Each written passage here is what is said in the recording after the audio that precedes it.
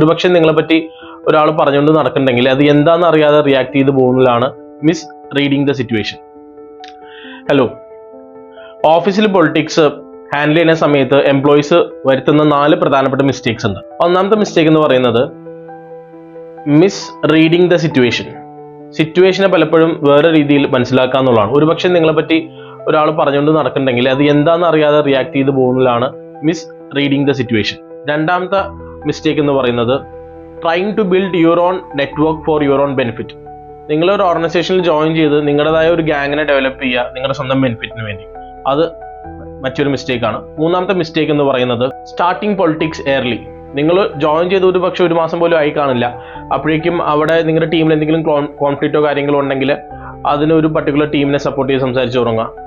നാലാമത്തെ മിസ്റ്റേക്ക് എന്ന് പറയുന്നത് കമ്മ്യൂണിക്കേറ്റ് ബാഡ്ലി. ഒരു പക്ഷേ നിങ്ങളുടെ ടീമിൽ വർക്ക് ചെയ്യുന്ന ഒരാളായിട്ട് നിങ്ങൾക്ക് ഒരു അഭിപ്രായ വ്യത്യാസം ഉണ്ടാവാം, ഒരു ആർഗ്യുമെന്റ് ഉണ്ടായിന്ന് വരാം. അങ്ങനെ ഒരു സാഹചര്യത്തിൽ ഒരു തെറ്റിദ്ധാരണയുടെ പേരിൽ അദ്ദേഹത്തിനെ പറ്റിയിട്ട് ഒരു റിപ്പോർട്ട് നിങ്ങളുടെ മാനേജർക്കോ അല്ലെങ്കിൽ HR മാനേജർക്കോ അയച്ചു കൊടുക്കുക. സോ അതൊരു ബാഡ് കമ്മ്യൂണിക്കേഷൻ ആണ്. അതിന് പകരം ആ വ്യക്തിയായിട്ട് ഇരുന്ന് ഒന്ന് സംസാരിച്ച് കഴിഞ്ഞാൽ തീരാവുന്ന പ്രശ്നം ഉണ്ടാവുള്ളൂ. So these are the common mistakes employees make while handling politics in an office. നിങ്ങൾ വരുത്തിയ മിസ്റ്റേക്ക് എന്താണെന്ന് കമന്റ് ബോക്സിൽ പറയാമോ?